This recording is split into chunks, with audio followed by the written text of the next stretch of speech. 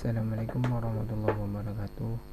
Perkenalkan, nama saya Lutfi Al-Fikri dari jurusan Teknologi Pendidikan dengan NIM 05192257. Di sini saya akan menjelaskan terkait tugas 3 tentang implementasi asesmen adaptif. Jadi terkait penjelasan dan bagaimana pengaplikasian asesmen adaptif berbasis AI, langsung saja kita lihat slide berikut ini. Baiklah, langsung saja kita masuk ke slide dari implementasi asesmen adaptif. Jadi sebelum kita lanjut ke lebih luas, kita harus mengetahui terlebih dahulu apa itu asesmen adaptif. Jadi asesmen adaptif itu di mana sistem evaluasi yang mengubah tingkat kesulitan soal secara otomatis sesuai dengan kemampuan peserta atau mahasiswa. Ini merupakan visualisasi terkait tingkat kemampuan atau tingkat soal yang akan diberikan. Bentuk ini seperti bentuk piramida, yang dimana atas itu tingkat yang lebih mudah, kemudian yang tengah itu tingkat yang menengah, dan yang lebih bawah itu tingkat yang lebih sulit. Jadi ini alur dari pengerjaan di mana peserta menjawab pertanyaan. Jika jawaban benar, maka lanjut ke soal berikutnya. Kemudian jika jawaban salah, maka akan menurunkan tingkat kesulitan dari soal tersebut. Jadi di mana dari sistem AI tersebut itu dia bisa menganalisis pola jawaban, kemudian bisa mengestimasi kemampuan atau tingkat kesulitan, kemudian menyajikan soal yang paling sesuai dengan kemampuan peserta, kemudian memberikan laporan hasil secara instan pada personal. Kemudian ini arsitektur kerja dari sistem AI, di mana mahasiswa atau peserta itu login terlebih dahulu. Setelah login, sistem akan memberikan soal yang dimulai itu lebih mudah. Jadi setelah menjawab AI itu akan memproses jawaban yang diberikan dengan sistem item response theory atau disebut dengan IRT. Setelah memproses jawaban, AI akan memberikan soal berikutnya dengan kemampuan yang ia peroleh. Jika terpenuhi, maka lanjut ke soal berikutnya dan menghitung hasil kemampuan akhir. Jika tidak terpenuhi, maka mengulang ke proses pemberian soal sesuai dengan kemampuan.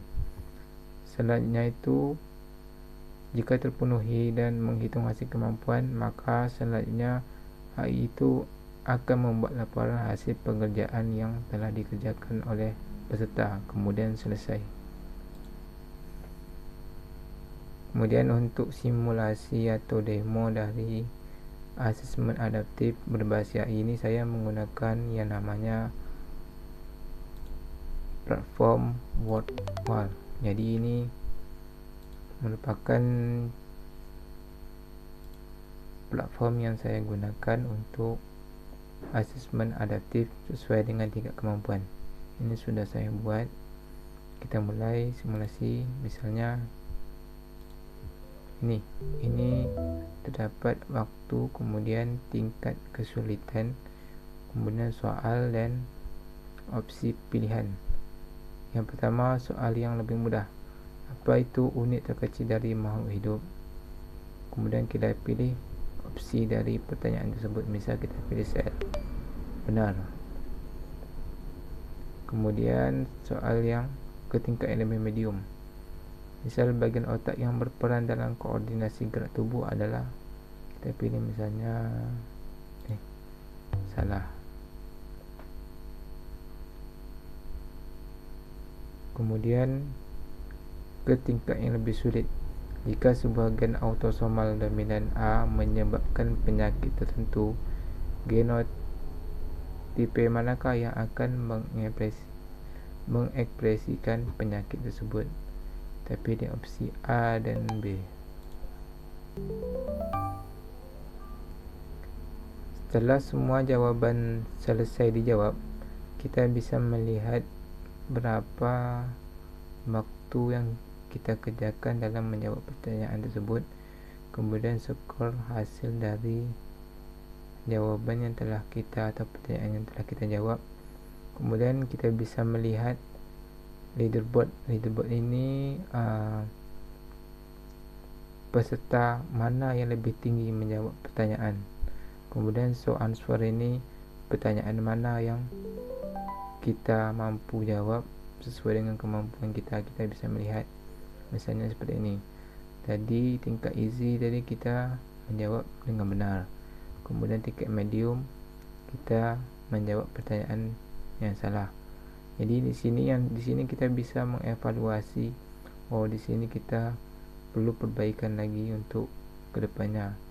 Sedangkan yang tingkat hard ini kita bisa menjawab dengan benar. Jadi di sini itu kita bisa melihat bagaimana kemampuan kita dalam menjawab pertanyaan yang diberikan sesuai dengan tingkat kemampuan. Selanjutnya kita masuk ke slide berikutnya, itu terkait proses yang dilakukan oleh dosen atau guru. Sedangkan tadi itu terkait proses dari mahasiswa atau peserta. Jadi di mana langkah yang pertama itu, kalau bagi dosen atau guru itu menyiapkan bank soal atau soal-soal yang akan diberikan kepada peserta dengan tingkat yang lebih mudah hingga ke tingkat yang sulit.